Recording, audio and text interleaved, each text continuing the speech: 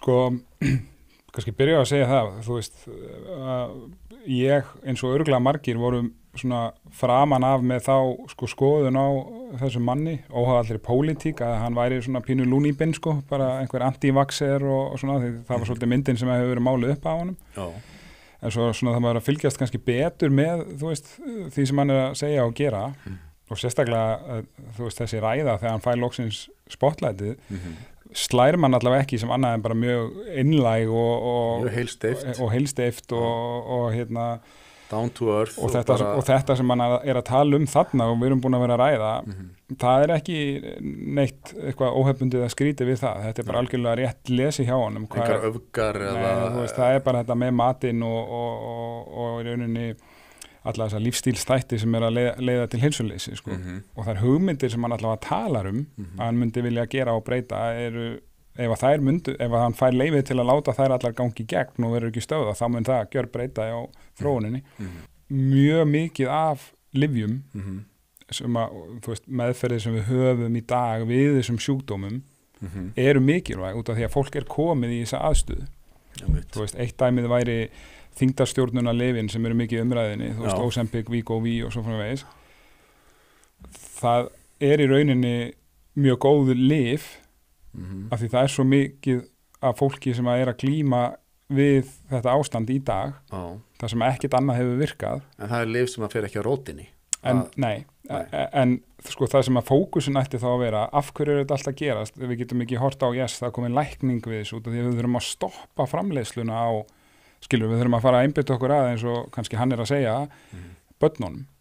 og þú veist, við þurfum að breyta samfélagsgerðinni, annars heldur þetta bara áfram kurvurnar eru bara upp þú veist, þetta heldur bara áfram að vesna sko. Þannig að mér finnst kannski líka bara mikilvægt að það komi fram svo að fólk sé ekki að fara þú veist, halda að maður sé endilega á móti lyfjum sem ég er til dæmis ekki, af því þetta eru lífsbjargandi lyf en við þurfum hins vegar kannski í svona ekki gleyma því sko að það er augljóslega eitthvað sem við þurfum að laga til að þróunin haldi ekki svona áfram sko. Þú veist, mér finnst persónulega stundum þú veist, vera svona einhvers konar bara hvað getur að tala um sykur og þetta er allt í lagi og þú veist, það er allt í lagi að borða svona og hinsegin og bara borða allt í hófi og þetta er svona svolítið mjúk umræða þegar það er augljóslega eitthvað mjög slæm þróun í gangi að taka þetta kannski svolítið fastari tökum skilur, hvað þurfum við að gera þú veist, það er allir að reyna sitt besta sko,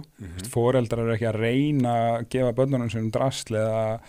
þú veist, þannig að þetta snýst svolítið mikið fræðslu og vita og hvernig ná að auka matvælalæsi og svo framvegis en það er bara rosalega erfitt ef það er engar hömlur, þú veist, það þarf einhver svona stjórnvaldsingripp til að reyna að stýra því að vörurnar sem eru í búðunum séu ekki, þú veist, óhollar og að því fólk almennt treystir því að ef það fara út í búð og það er einhverja í heilsudeildinni skilur þó 90% sé óholt þá er það samt í heilsudeildinni og heldur að sé að kaupa eitthvað holt eða þú veist og þessi tricks sko eru svo augljós, ég meina þú getur bara að fara í morgunkotna deildina og horta á alla þessa